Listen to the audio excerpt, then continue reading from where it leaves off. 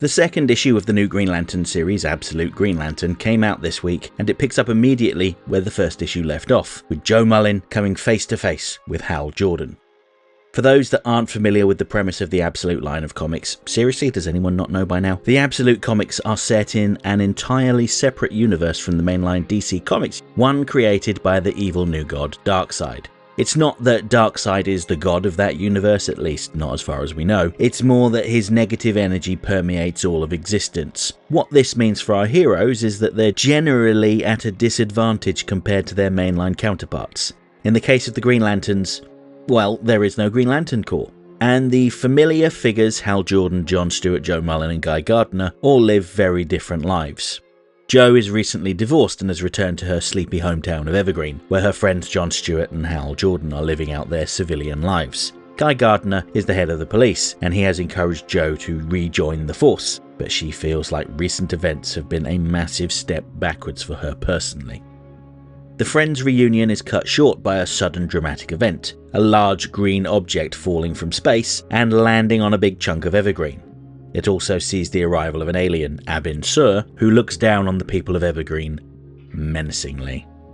When the last issue ended, we saw that Abin Sur had changed Hal Jordan, making him the host of the Black Hand, a powerful entity that seems to drain the life out of people when it feels that its host is being threatened. Hal tried desperately to stop it, but it was too much for him. Jo approached Hal, glowing with mysterious green energy. And that's where this issue picks up, with the two friends trying to figure out what has happened to them. The issue opens with a mysterious white ring telling Jo that she exists at the green level of light. This may sound familiar to Green Lantern fans. Their whole thing dealt with the entire emotional colour spectrum and the abilities associated with each colour of light. Hal reiterates that he has no control over the Black Hand, and he really tried to stop it from harming the people at the diner. He states that he can feel it in his mind and that it resembles a dark star. Now this, I think, is a very deliberate reference to another group, the Dark Stars, who were an alternative to the Green Lantern Corps in the mainline comics. They would also go on to become the Black Stars, who have previously been mentioned in the Absolute comics as well. They were mentioned in the Mirror Master's mysterious post-it notes, as seen in the All-In 2025 Free Comic Book Day special. And in Absolute Superman 7, one of the Council of Brainiacs suggests reporting Superman's activities to the Black Stars. Perhaps they have taken the place of the Green Lantern Corps in this universe, and Hal Jordan is now one of their members, which was also a mainline universe plot for the Green Lantern series written by Grant Morrison a few years ago.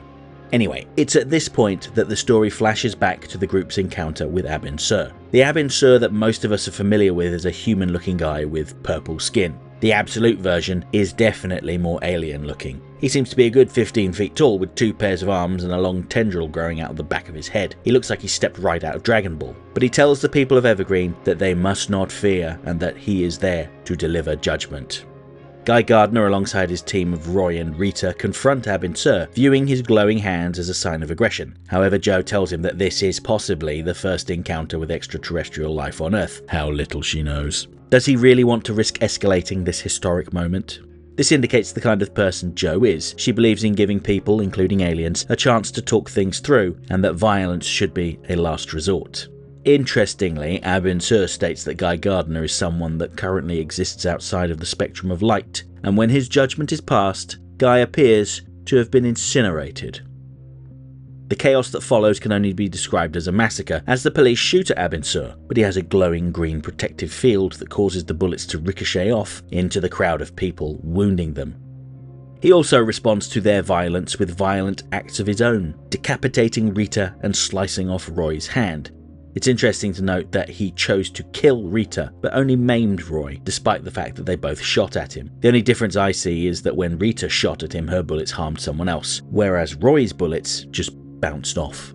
Hal takes Rita's gun and points it at Abin Sur, but John intervenes, telling Hal to stand down. Guns can't harm him, and if Hal acts aggressively, Abin Sur will either kill him or take his hand. Hearing John's wisdom, Hal lowers his weapon, and Abin Sur acknowledges John before flying away. I can't shake the feeling that perhaps this was the test that Abin Sur intended to put these people through. I'd say that Roy and Rita failed, Guy probably did too, but it's a little too soon to say for certain given that there isn't a body. I think it's fairly safe to say that Hal, John and Jo past. Later that evening, the trio gather under the green light that illuminates the city to discuss their situation. Hal feels sorry for himself. Joe tries to remain positive, but John is more pragmatic. He states that he doesn't think anyone is coming to save them, so perhaps they should start making their own plans to deal with Abin Sur. He believes he knows what it will take to defeat him, and he looks at the gold wedding ring that was left behind after a biker crashed into the green force field. The significance of this event was not entirely clear to me when reading the first issue, but I think this scene showed that the biker and his motorbike couldn't get through the energy field, but his wedding ring did. This is a very smart reference to the Silver Age Green Lantern's weakness to yellow objects. This was later written off as an impurity in the Green Lantern power battery after it was used to house the embodiment of fear parallax. And just saying that out loud makes me groan and reminds me of how convoluted the mainline universe can be, which serves as a reminder for why these Absolute comics have been so successful.